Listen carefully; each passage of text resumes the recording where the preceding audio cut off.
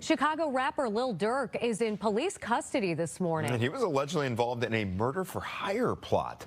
Roseanne is in studio with the very latest here. Roseanne?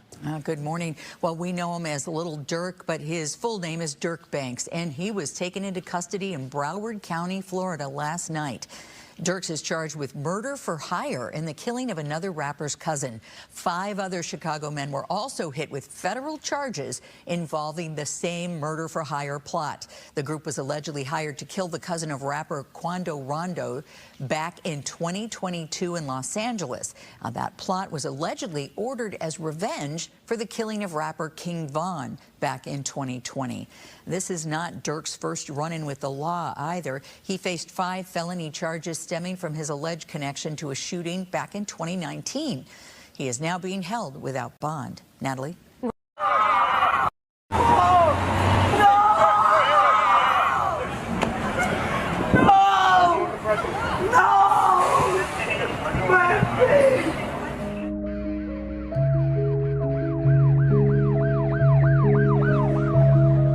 Hip-hop is the culture the world reflects. Status on the streets can bring you hood respect, but usually a block star's met with death. It's a dangerous game, homie, watch your step. Yeah, the cars and the women are enticing, but those envious bullets, could end your life, man. Thinking a big boss soars like an eagle until you're double crossed by your own people. Hip-hop murders, hip-hop murders, hip-hop murders, hip-hop murders, hip-hop murders.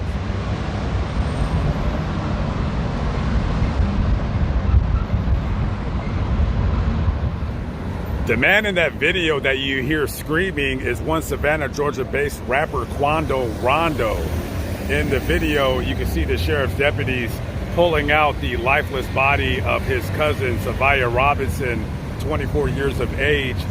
Him and Quando Rondo were visiting the Los Angeles, California area. We're pumping gas at this gas station right behind me when a shooter came out and opened up shots.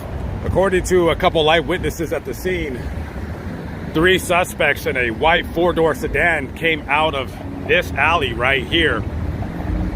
And in this gas station was Quando Rondo and his cousin, and I believe another associate.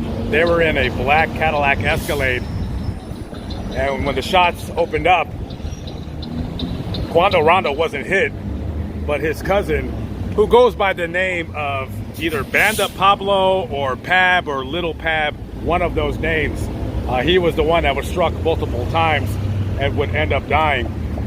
After the shooting occurred, the suspects in the white sedan, they took off out of this street right here. Shooting occurred.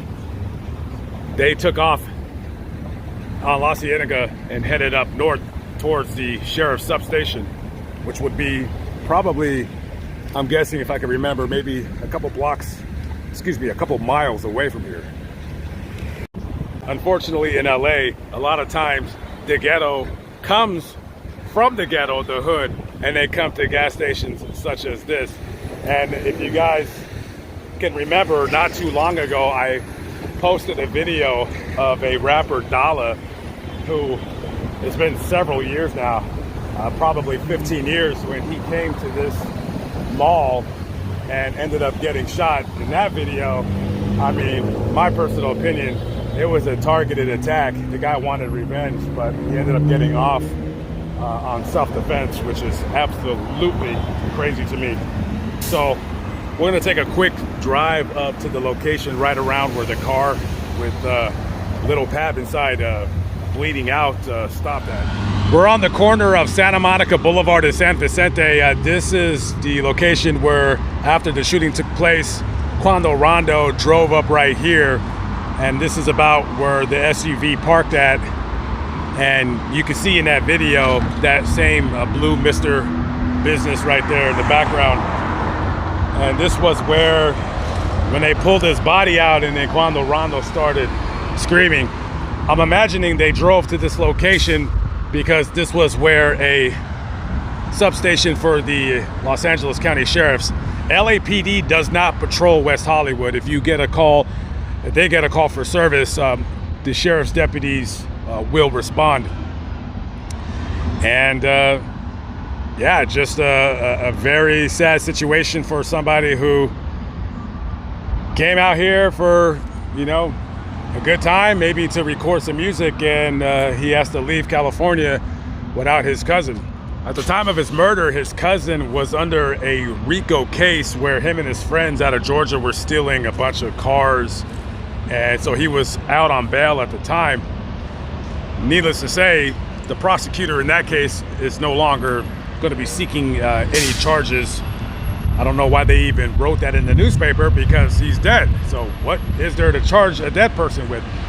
It said online that he owned a small trucking company and owned a dog breeding business where he sold those little French bulldogs.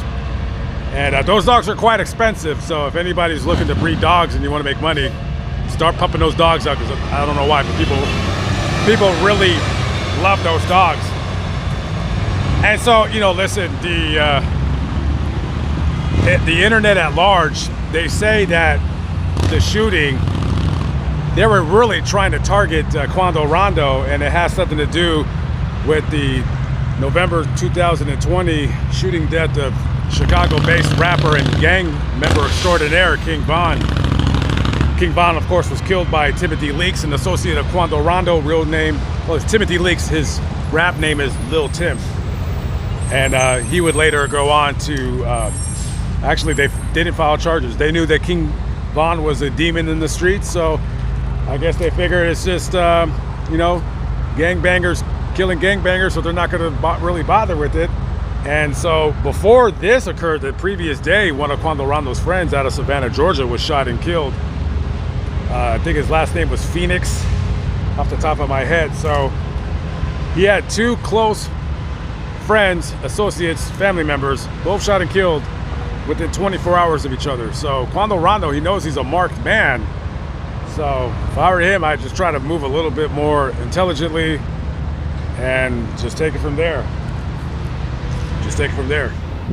I was driving down this street. I'm heading up towards Hollywood, and I seen something that not many of you guys are even gonna know what it was if you were to see it. But check this out.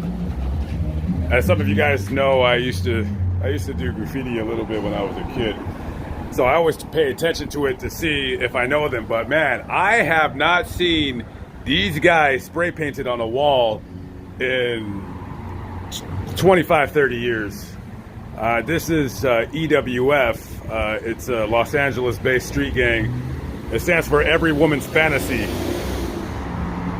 And it's funny that I see this graffiti, because I was actually thinking about doing a vlog about them. I'm not gonna lie to you, off the top of my head, I couldn't give you a real history of EWF in terms of like when they started, or I know they were around this area. I know they're a West Side gang as far as I know, and we are on the West Side right now. We're on, I believe, Fairfax right now. But this is, wow. I feel like I've been transported back to like 1993.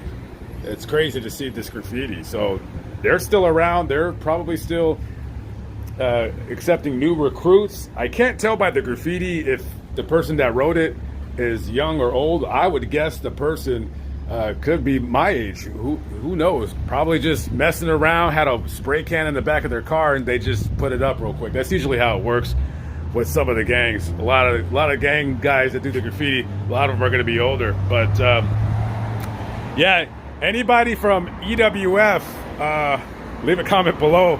Also, if anybody has a story that they think it might be interesting for a future vlog for my channel, send me an email to lamontatlargestories@gmail.com. I do have an EWF story in mind, but if anybody knows of something that it would be an interesting bit of information to share, let me know. Definitely let me know.